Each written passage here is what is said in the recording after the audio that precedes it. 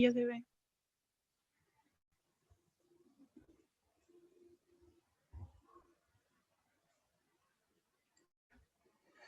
Vale, vamos a estudiar lo que respecta a la corteza cerebral. Hay varias cosas que nosotros ya vimos y que está un poco de más repetir todo eso, ¿no? Entonces vamos a comenzar. Nada más vamos a puntearlo acá.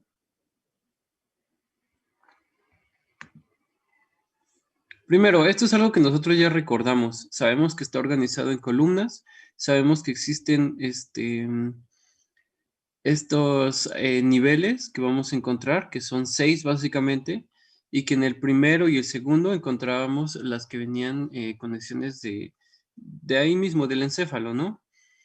En el 2 y el 3, sobre todo el 2, vamos a encontrar unos tipos de haces que van a ser horizontales, pero que van a también tener aferencias, o sea, que reciben información de parte del otro hemisferio.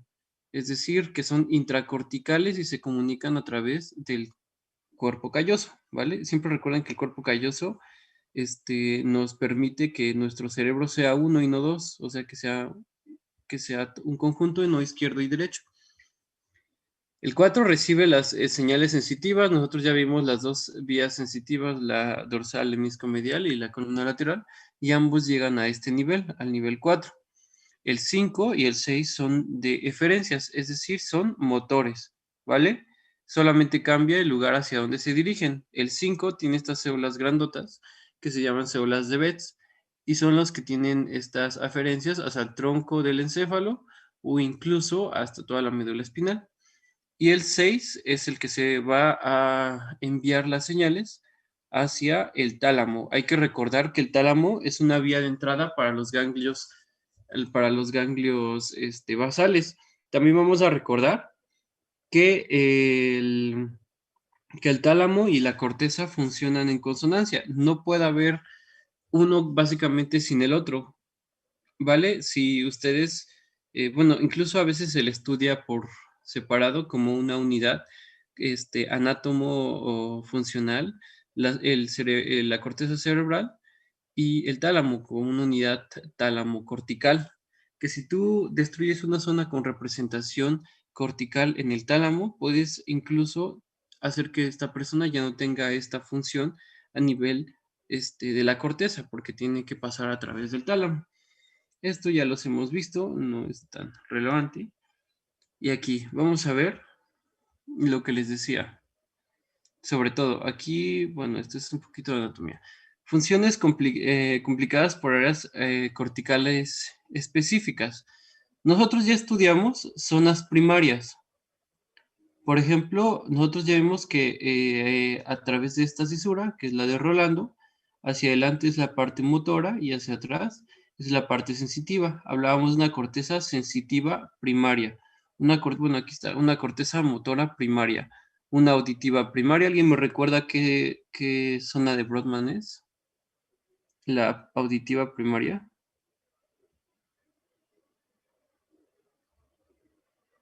¿Alguien? 41. Cerca. ¿La 42? Sí, bueno.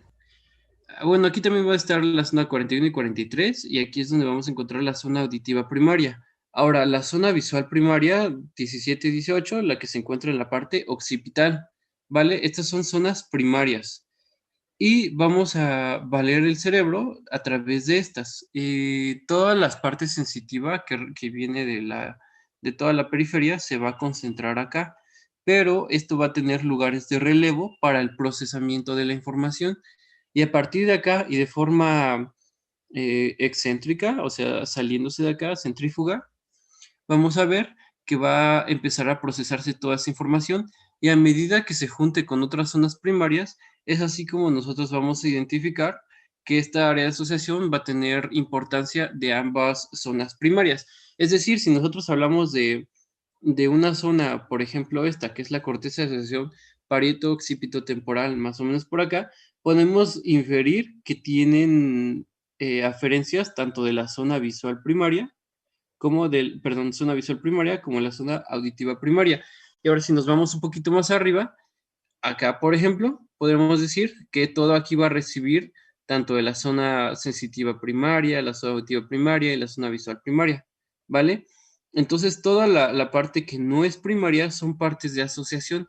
Incluso dentro de la parte motora que nosotros mencionábamos, existe la motora primaria, la motora suplementaria, la premotora y que se encuentran más hacia adelante, ¿no? Y que estas como tal no son zonas que ejecuten movimientos específicos, sino que son patrones musculares, ¿vale? Entonces son más asociativos. Ahora bien, vamos a ver que hay zonas como el área de asociación prefrontal que se encuentra bastante alejado de esto, pero que al contrario de que pensáramos de que por lo que está alejado no recibe aferencias, al contrario esto va a tener gran importancia en el ser humano porque tiene conexión con zonas como son la zona de asociación pareto-occipitotemporal y cada una de las zonas primarias, ¿vale? Entonces, la zona de asociación prefrontal es donde nosotros incluso podemos decir que se elaboran los pensamientos. Por eso nosotros, el ser humano, es que tiene súper hipertrofiada esta parte, porque nosotros somos seres pensantes, se supone, ¿no? Entonces, aquí es donde nosotros vamos a encontrar esa función y la elaboración de planes consecutivos para que nosotros podamos hacer planes a futuro. Ahora bien, ¿de qué se encargan? De recibir y analizar simultáneamente señales de múltiples regiones corticales, tanto motoras como sensitivas y estructuras subcorticales. Aquí menciona las tres importantes, una de la que les mencionaba acá, la prefrontal, y agrega otra, el área de asociación límbica, que esta no se podría ver más que si se hiciera un corte de forma sagital, porque nosotros encontraríamos que esto se encuentra asociado con el sistema límbico. ¿Alguien sabe para qué funciona el sistema límbico más o menos? ¿Qué no es el sistema de las emociones? Así es, el sistema límbico, entre otras cosas, tiene una gran importancia a nivel de las emociones. El hipocampo, la amígdala, son zonas que van a tener un impacto bastante fuerte en la representación sensitiva y para que se logra almacenar a través de su asociación con las emociones, ¿vale? Entonces, por eso es muy importante el área de asociación límbica, porque todos los recuerdos que nosotros tenemos, bueno, la mayoría, tiene una asociación emocional. Entonces, por eso es importante. Ahora, nosotros vamos a ver aquí que para el proceso de conciencia e inteligencia es necesario que esté íntegro toda esta parte. Incluso nosotros, ¿cómo podríamos definir la conciencia? Como esta capacidad que tiene una persona de analizar todo su entorno, responder a sus necesidades y en base a eso,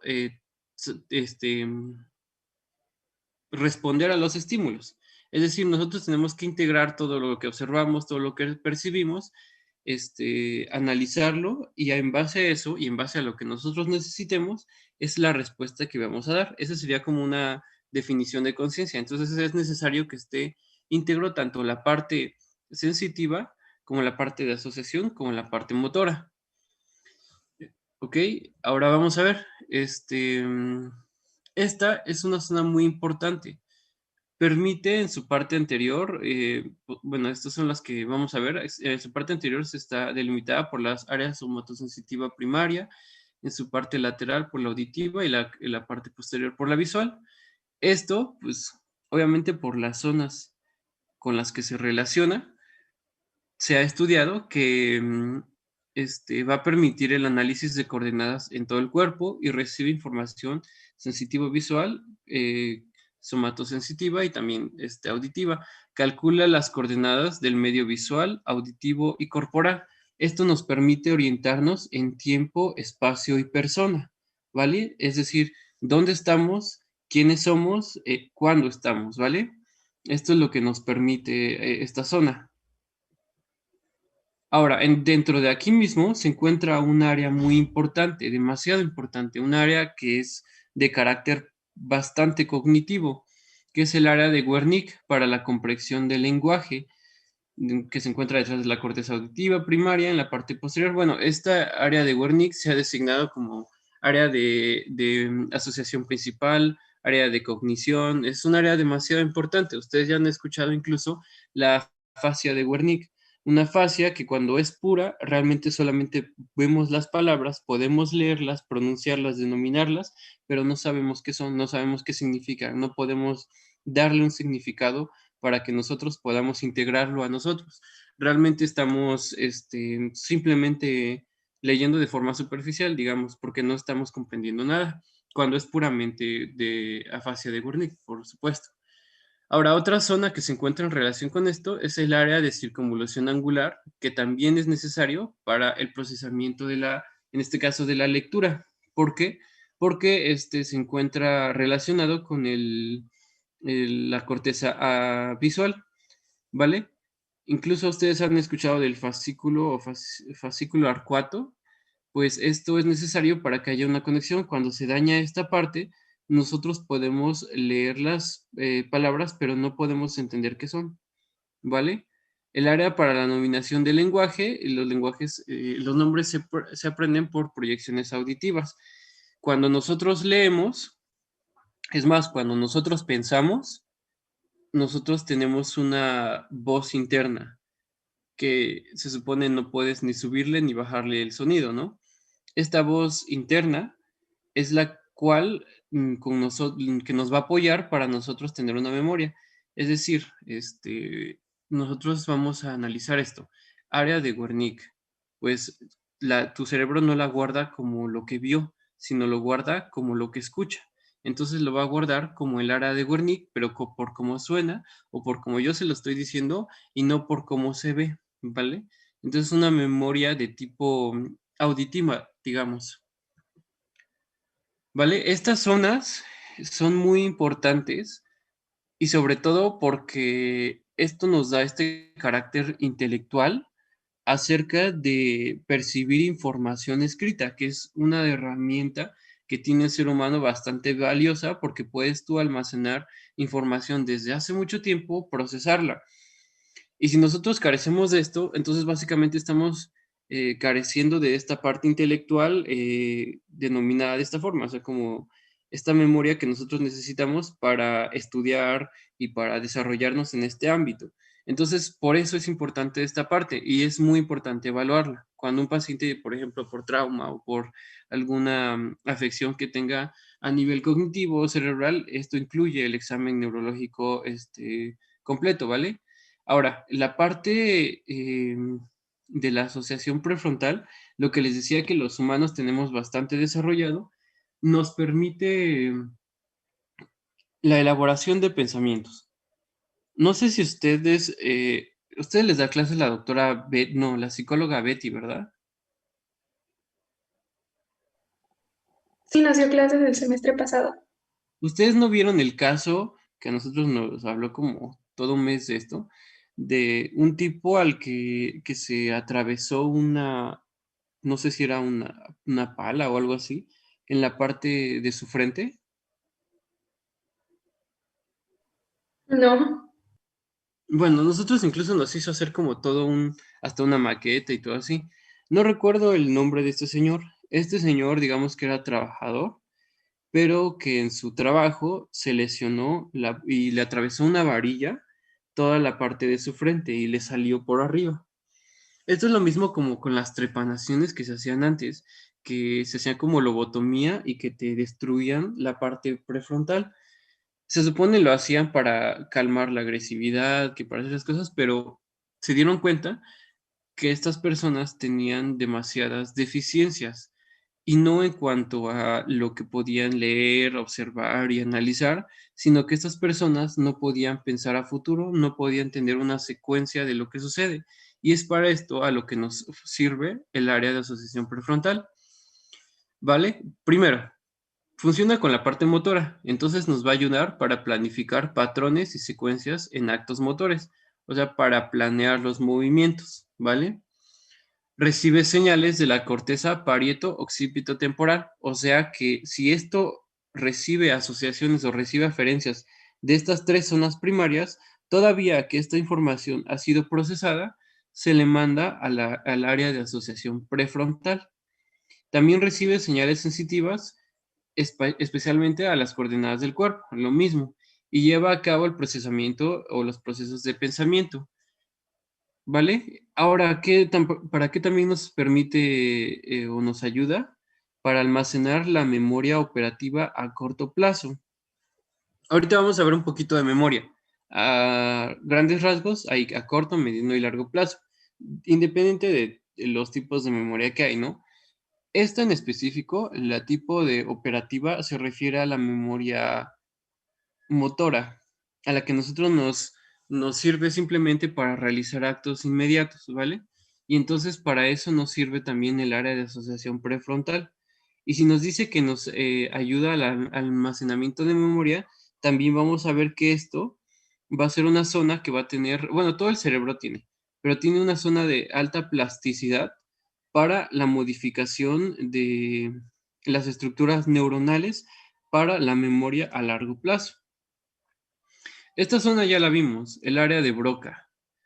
¿Para qué nos sirve? Para la formación de palabras. Esta es una zona meramente motora que, eh, que se encuentra por acá y se pone en marcha para la formación de las palabras. Vamos a ver que un daño en el área de Broca no nos impide a nosotros comprender lo que leemos, leer y denominar los objetos. Lo que sí nos impide es pronunciar palabras. No vamos a hacer más que monosílabos o palabras que no tengan realmente sentido, que no se completen, que no existan incluso, ¿vale? Ahora dice, ¿cómo influye la forma en la que aprendo un nuevo idioma?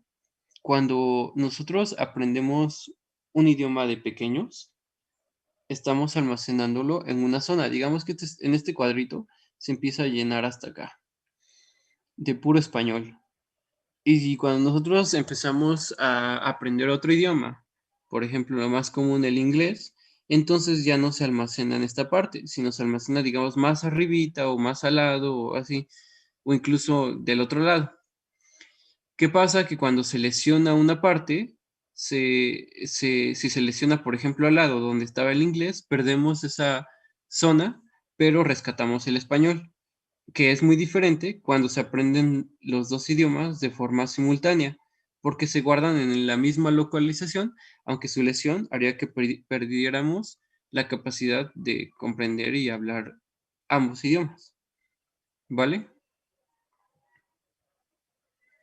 Ahora, el área de asociación límbica, hablábamos que está muy vinculada con la parte emocional. Se sitúa en el polo anterior del lóbulo temporal, en la posición ventral del lóbulo frontal y en la circunvalación singular.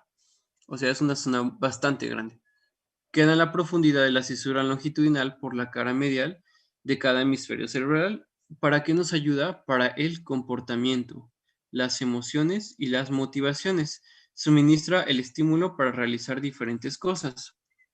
En esta zona, en la corteza de asociación límbica, vamos a encontrar lo que es el centro de recompensa o de placer. Cuando nosotros hacemos algo que nos, que nos va a dar satisfacción, es decir, estudiamos para un examen, tenemos 10, este, todo eso va a dar cierta recompensa a los actos que nosotros estemos haciendo. Así como, por ejemplo, también cuando nosotros hacemos algo que nos causa dolor. Cuando tú le mientes a alguien y sabes que al saberse la verdad esto te causa un dolor, esto también influye para la información o el almacenamiento de la información.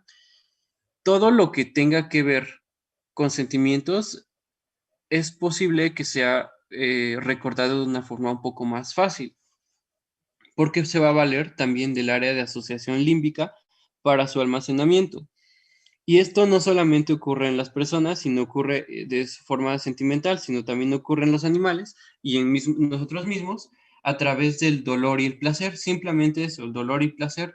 Si algo que tú hiciste, si tú metiste las manos al fuego, ya no lo vas a volver a hacer porque eso te causó dolor.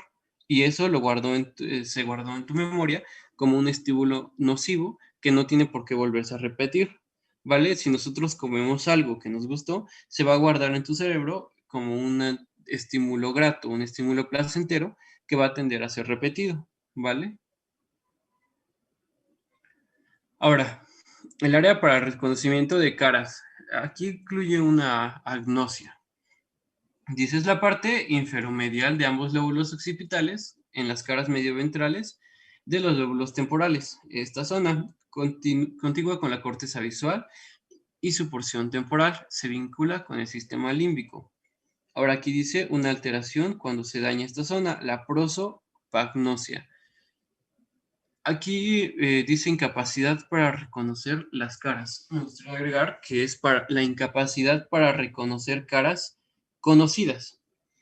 Nosotros desde que vemos a una persona, nosotros vamos empezamos a interactuar con ella, nosotros vamos a almacenar mucha información simplemente de su aspecto visual y todo lo que con ellos se relaciona, todo lo que has convivido, todo eso.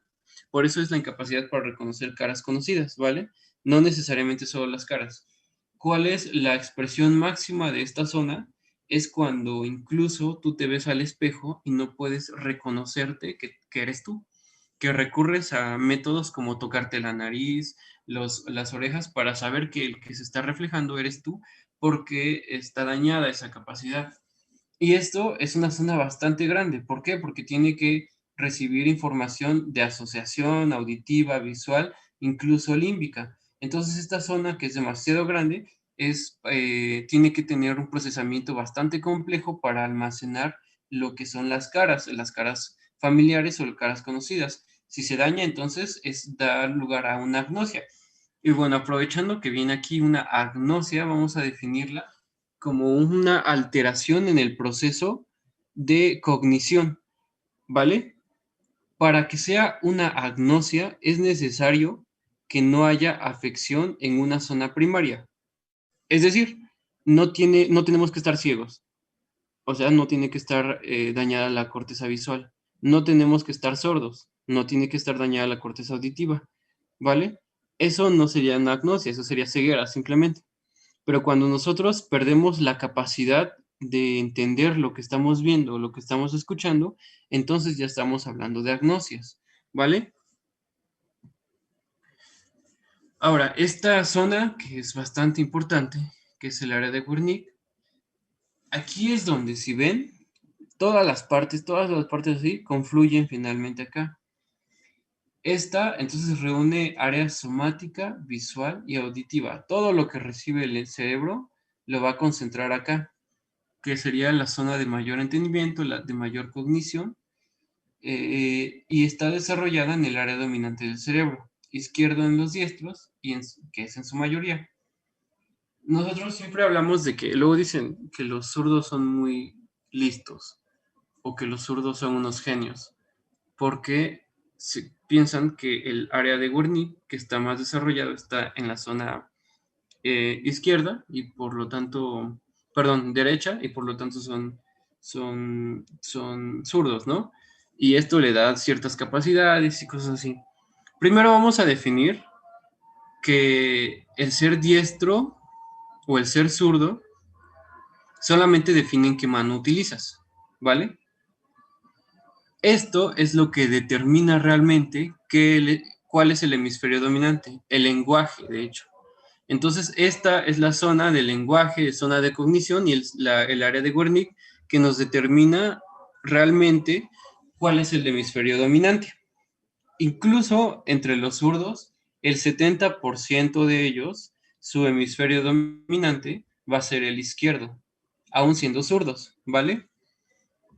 Es un área cognitiva de interpretación general, del conocimiento, de asociación terciaria. Estos son los nombres que le han evocado. Es capaz de evocar patrones de memoria complejos que entrañen más de una modalidad sensitiva. Si nosotros estimulamos zonas de acá, incluso van a provocar que nosotros tengamos recuerdos bastante integrados que incluyan sensaciones corporales, visuales, auditivas, ¿vale? Entonces esta zona es demasiado importante y esta también va a tener eferencias, perdón, hacia el área prefrontal para la elaboración de los pensamientos. El concepto de hemisferio dominante es a lo que se refiere esto, que el 95% de las personas es el hemisferio izquierdo, pero le estoy diciendo que incluso de los zurdos, el 70% también es el izquierdo. Si el lado izquierdo se llega a dañar, el lado derecho puede retomar las acciones del lado izquierdo y viceversa. Esto ocurre, pero realmente ocurre cuando eres niño. Si se te daña la zona, el hemisferio dominante, pues el otro lo agarra. Y esto, de hecho, se debe a un fenómeno que se le conoce como plasticidad neuronal, en este caso. Se pueden modificar, pueden agarrar ciertas acciones que no le corresponden para intentar retomar o salvar funciones que se piensan perdidas por un daño en una zona. ¿Vale? El área cortical, que en un futuro será la zona izquierda, está 50% más desarrollada. Esto es al nacimiento y es así como se explica que la mayoría de las personas tengan el hemisferio dominante en el lado izquierdo. ¿Por qué? Porque desde que tú naces, la zona izquierda es la que está un poquito más hipertrofiada y desde ese momento empieza el cerebro a estimular más esta zona porque es la que tiene mayor capacidad y es por eso que nosotros tenemos esta tendencia a que nuestro hemisferio dominante sea el izquierdo, ¿vale? Y así. Ahora, el otro hemisferio no quiere decir que no sirva para nada. ¿Alguien sabe para qué sirve el otro hemisferio? Yo que era para algo de la música y todo eso, ¿verdad? Te escucho un poco lejos, pero sí escuché lo que dijiste. Tiene que ver con otro tipo de inteligencia, digamos, con el entendimiento y la capacidad para comprender música u otros estímulos visuales o auditivos.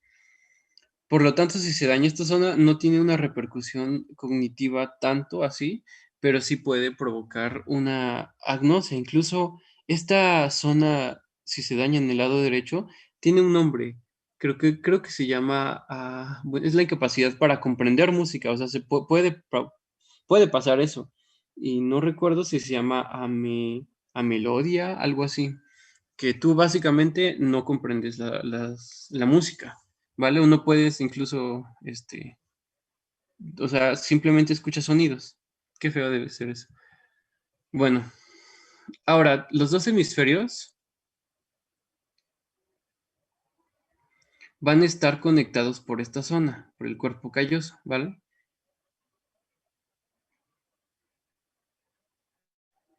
Bueno, aquí es como se integra la información a la hora de, por ejemplo, hablar. La información visual se transporta a través de la circunvalación angular hacia el área de Wernicke, que es el área global de pensamientos. ¿Vale? Entonces, si había un daño en el hemisferio dominante, pierde casi todas las funciones intelectuales asociadas al lenguaje o al simbolismo verbal, digamos que al intelecto, ¿va? Si se daña el hemisferio no dominante, no puede comprender cosas como sería la música. Y aquí otra vez, la corteza prefrontal. Si hay una lobotomía prefrontal, como ocurrió en el caso de este señor, que les decía, pues incapacidad de resolver problemas complejos. Provoca incapacidad para llevar a cabo problemas paralelos o respuestas sociales inadecuadas, incapacidad de generar pensamientos complejos con cambios repentinos de humor. Las personas, por ejemplo, no podrían resolver problemas matemáticos, no podrían jugar ajedrez, por ejemplo, que requiere una planeación al futuro. De hecho, no pueden planear. ¿Por qué no pueden integrar este tipo de pensamientos? Ahora, tampoco pueden hacerlo de los problemas complejos, no pueden prestar atención siquiera a algo, ¿sale?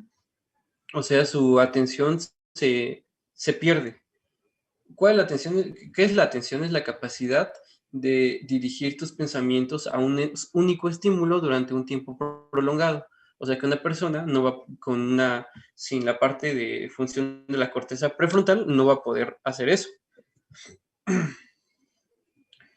Otros de los cambios que ocurrían cuando se les hacía la lobotomía a estos pacientes es que había una disminución en la agresividad y respuestas sociales inadecuadas, pues la zona ventral de los lóbulos frontales son parte del sistema límbico, ¿vale? Entonces lo que les decía de la atención, elaboración del pensamiento, se pierde la memoria operativa, no se pronostica, no se planifica, no se analiza cuál es la mejor opción.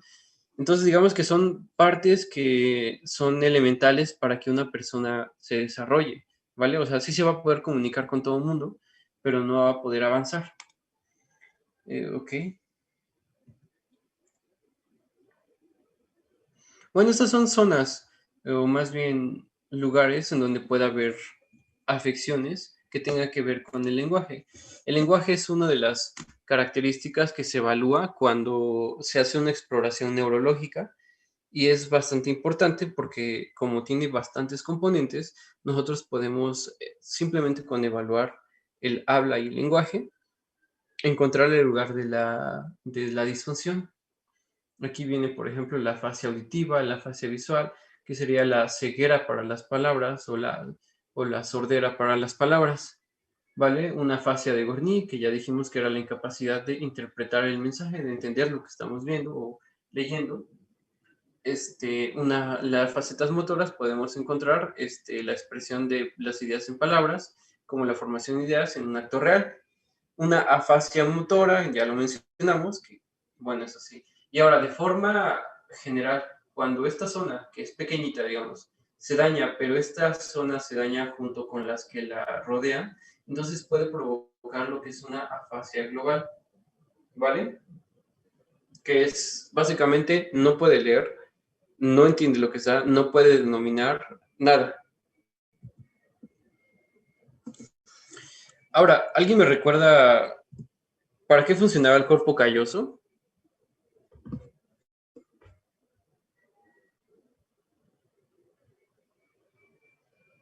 Amusia. Bueno, gracias, Brenda. ¿Alguien sabe para qué es el cuerpo calloso?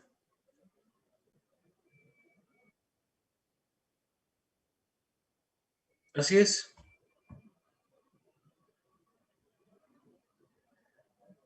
Para comunicar a ambos lados, ¿vale? A través de las columnas 1 y 2 sobre todo. Entonces, pone la información almacenada en la corteza de un hemisferio a disposición de las áreas corticales correspondientes del hemisferio opuesto, básicamente para que se integre todo. Cuando se destruye el cuerpo calloso, hay una pérdida en el control del hemisferio derecho. Estas son, por ejemplo, pérdida de control del hemisferio derecho por parte del hemisferio izquierdo. Esta zona pierde capacidad de formar parte para la toma de las decisiones y entonces es como tener dos cerebros que sean independientes, ¿vale? Obviamente uno va a tener la zona cognitiva, otro va a tener la zona de apreciación, pero va a ser como tener dos cerebros. Esto sería incluso como tener bastante chocante porque las respuestas, tanto de un lado como de otro, serían de forma independiente. Una persona respondería a ciertos estímulos como respondería un hemisferio y no como respondería a ambos. Entonces es como tener dos en uno, de una forma fea. Ahora, pensamientos, conciencia y memoria.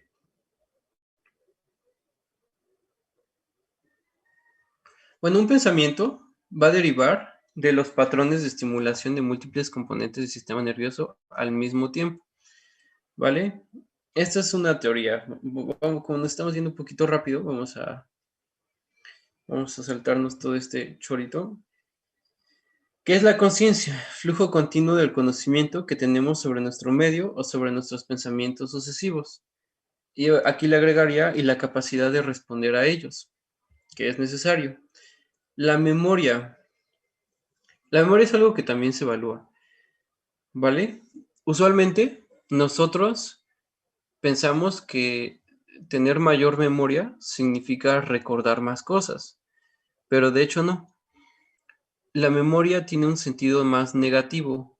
Para que nosotros nos acordemos de las cosas más importantes, necesitamos descartar las cosas que no son importantes. Por ejemplo, ¿alguien de aquí se acuerda qué desayunó el martes de la semana pasada? O incluso, ¿qué desayunó hace 3 días? Son cosas que se te olvidan porque realmente no son relevantes. Se te olvidan ciertas cosas, incluso en el mismo momento. Se te olvida que qué traes puesto o qué estímulo estás recibiendo porque no es importante. Entonces, la memoria se basa sobre todo en descartar la información que no te sirve y quedarte con la que sí te sirve. Estas que sí te sirven van a generar cambios en los potenciales de acción, de forma que sean más fáciles. Este fenómeno es lo que origina lo que son las huellas de memoria, que son vías nuevas o son facilitadas, que una vez que son activadas se pueden recurrir a ellas posteriormente. Es decir, una vez que recordamos algo, es más fácil volver a recordarlo porque la huella de memoria ya está establecida, ¿vale? Quedan 2 minutos. Ahorita que acabe nos volvemos a conectar nada más para terminar esta parte de memoria, ¿vale? Entonces la inhibición de las vías sinápticas encargadas de las vías sinápticas es la habituación o la memoria negativa, no recordar lo que no nos importa. Y la memoria positiva se rige a través de la facilitación de las vías sensitivas, que es lo mismo que la sensibilización de la memoria, ¿vale? Lo que a nosotros sí nos importa. Para clasificar la memoria de una forma general, vamos a valernos del tiempo, corto, mediano y largo plazo. Corto plazo, cuando dura hasta minutos. Mediano plazo, cuando dura días o semanas. Y largo plazo, cuando dura años o toda una vida. Hay varios tipos de memoria. La memoria operativa, como ya mencionábamos, la memoria declarativa, que es un pensamiento integrado de cómo aconteció, por qué aconteció, qué cosas provocó ese acontecimiento, y una memoria procedimental, que es relacionada con el sistema motor, las acciones que tú realizas frente a un estímulo de forma motora, por ejemplo, cuando pateas un balón. Ahora, en cuanto a los tiempos de memorias, por ejemplo, bueno, ya queda poco tiempo.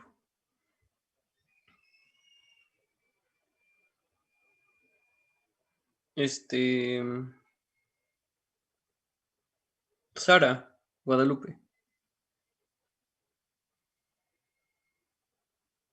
Sara o Frida, ¿están ahí?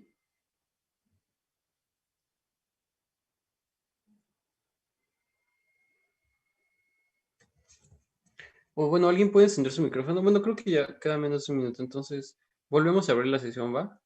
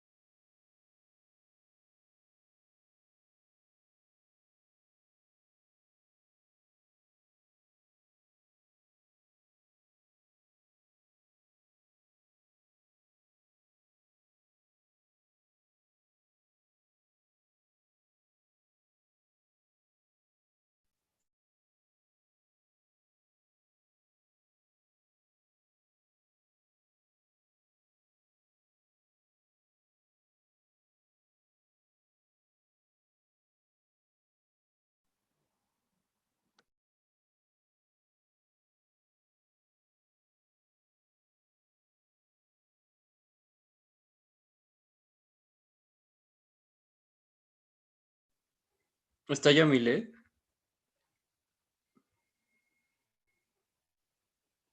Sí, Bien. Recuerda esto. Mi número de teléfono es 951. ujú, 215. No lo anotes, ¿eh? 04 Ajá. 72. ¿04 qué? 72. Oye, Yamile, también te quería comentar que había salido un poquito baja en la evaluación anterior. Entonces, pues te voy a hacer un examen ahorita, ¿va? Vale. Ahora, ¿me puedes repetir cuál era mi número? 954 215 0984. No. Bueno, no saliste mal. Solamente quería dar un ejemplo de algo. Una memoria a corto plazo incluye... Están viendo la presentación, ¿verdad? Sí. Sí, La memoria a corto plazo es de segundos a minutos, como cuando nosotros recordamos un número de teléfono. Ese es un ejemplo. Pero ¿cuál es el problema de la memoria a corto plazo? Que si nosotros agregamos otro estímulo que sea más potente, perdemos la conexión de la memoria a corto plazo. En este ejemplo, yo le dije a ella que recordara mi número, lo cual debería de recordarlo todavía, ¿no? El problema fue que yo le di otro estímulo, que fue la noticia de decirle que había salido mal y que tenía que volverse a evaluar. Por lo tanto, digamos que prestó un poco más atención a eso y se clausuró esta zona de facilitación de la memoria. Por lo tanto, la memoria a corto plazo solamente son estímulos que van a dejar una huella de memoria a nivel químico, o sea, en cambio, a nivel de iones nada más, ¿vale? Va a ser por circuito de neuronas reverberantes, es decir, que se repiten y repiten, son circuitos circulares o círculos viciosos, ¿vale? También va a ser a través de la facilitación e inhibición presináptica. La memoria a mediano plazo, esta incluye de minutos hasta semanas.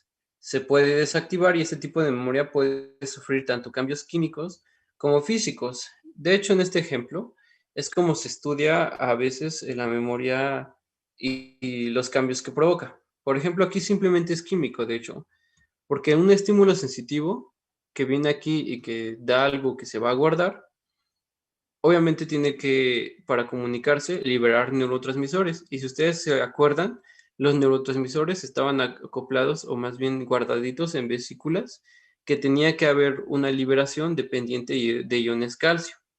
Entonces esta liberación o exocitosis dependiente de calcio se puede modificar. ¿Cómo? Cuando se da un estímulo negativo, es decir, para que esto ya no esté transmitiendo. Ay,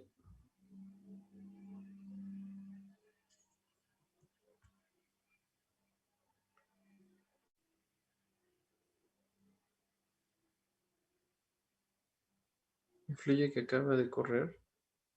Jaja. Ah, supongo. Ah, también. Sí, también influye. Bueno, cuando es un estímulo negativo, es decir, cuando se prohíbe que guarde una huella de memoria por inhibición, lo que pasa es que aquí se evita la liberación de neurotransmisor por calcio. O sea que deja de haber una transmisión de calcio y por lo tanto ya no se están liberando vesículas. Eso es la inhibición.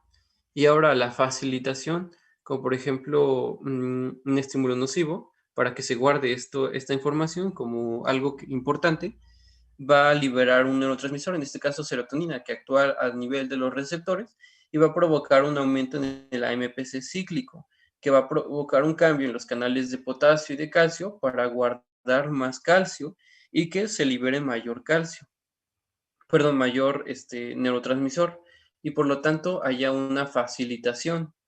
Entonces es más potente. La memoria, esa sería como una forma de consolidar la memoria. Bueno, no consolidar porque eso es un nivel superior, sino simplemente para guardar como memoria algo. Es lo que menciona acá. Y la memoria a largo plazo, por ejemplo, lo que dice las tablas de multiplicar, que es algo que básicamente no se te olvida. Puede que no lo recuerdes durante un ratito o se te vaya, pero si lo recuerdas. ¿A qué se debe este cambio? Por cambios ya de tipo físicos, es decir, estructurales reales en la sinapsis, como cuáles podrían ser un aumento en los puntos de la liberación de las vesículas, de secreción de sustancia neurotransmisora, un aumento en el número de vesículas, un mayor número de terminales presinápticos o incluso unas variantes de las espinas dendríticas, es decir, que hayan más espinas dendríticas para que hayan más conexiones. Entonces, la memoria a largo plazo es un cambio físico, ya necesita modificaciones estructurales de la sinapsis, ¿de acuerdo? Esto es un poquito, bueno, mecanismo de usar o tirar. Se refiere a que lo que no se está usando se atrofia, básicamente. Y si ustedes continuamente utilizan algo, es que esa zona se va a hipertrofiar. Por ejemplo, ahí menciona como cuando a los gatitos les cerraban los ojos o les cerraban los ojos para que no vieran. Y desde chiquitos, entonces como su cerebro no recibía estímulos de la parte visual, después se volvían ciegos porque pues no necesitaban ver, o bueno, más bien no es que no necesitaran, es que como el cerebro entendió que no servían sus ojos, pues los dejó de usar, ¿vale? Ahora, para que un pensamiento llegue a ser consolidado, va a tardar algo, entre 10 y, bueno, aquí menciona de 5 a 10 minutos, para que haya una consolidación mínima. Para que sea más profunda, 1 hora y requiere de la repetición de la memoria. Cuando nosotros vamos a estudiar para un examen, leemos las cosas varias veces para que se nos quede. Y esto es a lo que se refiere la repetición de la memoria. Y hay que recordar que para que haya una consolidación de la memoria, es necesario que no esté agotado, o sea, que tu pensamiento tampoco esté agotado. No funciona mucho si tú te desvelas tanto y estudias demasiado y ya te sientes agotado y piensas en echarle más y más porque realmente tu memoria no se está consolidando. O sea, mejor duérmete. Tampoco, también vamos a ver que tiene que ser repetición continua. Es decir, si te distraes abriendo Facebook o viendo un video gracioso, ese estímulo es el que se guarda y no lo que estabas viendo. Y tiene que ser varias veces. Y entonces es mejor estudiar varias veces un poquito que estudiar todo una vez, porque aunque acabes de leerlo, realmente no vas a recordar, ¿vale? Bueno, es lo mismo, acelera y potencia el grado de transferencia desde la memoria a largo plazo a la memoria, perdón, de corto a largo plazo. Repetir la información, la atención completa de los sentidos. También hay que recordar que incluso la memoria se consolida también durante el sueño. Entre las fases más profundas del sueño es donde, perdón, bueno, cuando veamos sueño, que es lo siguiente, vamos a ver que hay fases en específico donde hay consolidación de la memoria, ¿vale? Una zona importante en el caso de la memoria es el hipocampo, que es un componente del sistema límbico.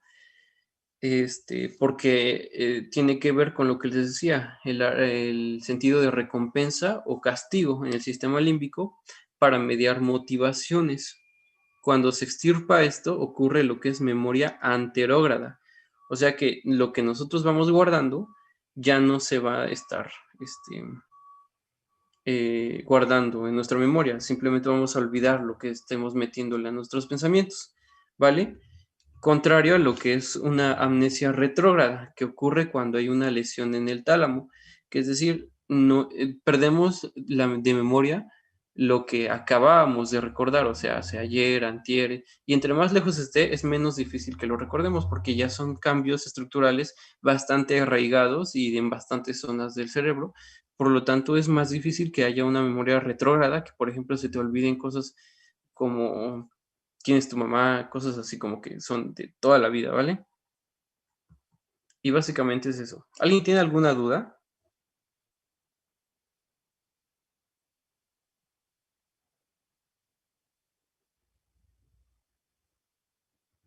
No, creo que no. Yay. Pues pensé que iba a ocupar 40 minutos en ver todo esto. Entonces es todo. ¿Seguro que no tienen dudas?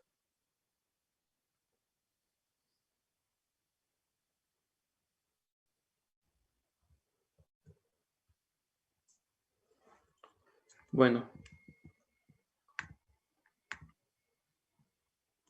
Entonces nos veríamos la otra semana, ¿vale? Espero que poderlos ver los martes, si no yo les aviso. Entonces serían martes y sábados o cómo? No, yo les avisaría, pero porfa pues tengan disponible. Yo les avisaría, pero ya lo acordaría por horario para ver cómo están ustedes, porque ahora yo tengo un horario bien feo. De hecho, toda esta semana anterior fue más pesada que todo el semestre anterior. Así que, pues lo acordemos ahorita, ya después que vea su horario, ¿vale? Para ver a qué hora nos vemos. Vale. Gracias. Gracias. Chao. Bye.